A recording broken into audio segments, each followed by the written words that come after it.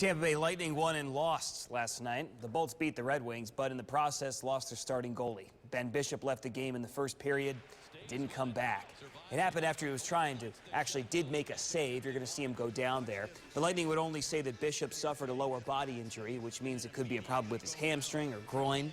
Andrei Vasilevsky allowed just one goal in relief. 4 different Lightning players scored last night in the 4-1 win. If you still need a good Christmas gift for a Bolts fan, listen to this. Lightning forward Valtteri Filppula will be signing autographs at the Tampa Bay Sports Store at Emily Arena to the first 200 people who donate a new unwrapped toy. Those toys will be donated to Metropolitan Ministries. Filppula will be signing autographs starting at 1:30 this afternoon.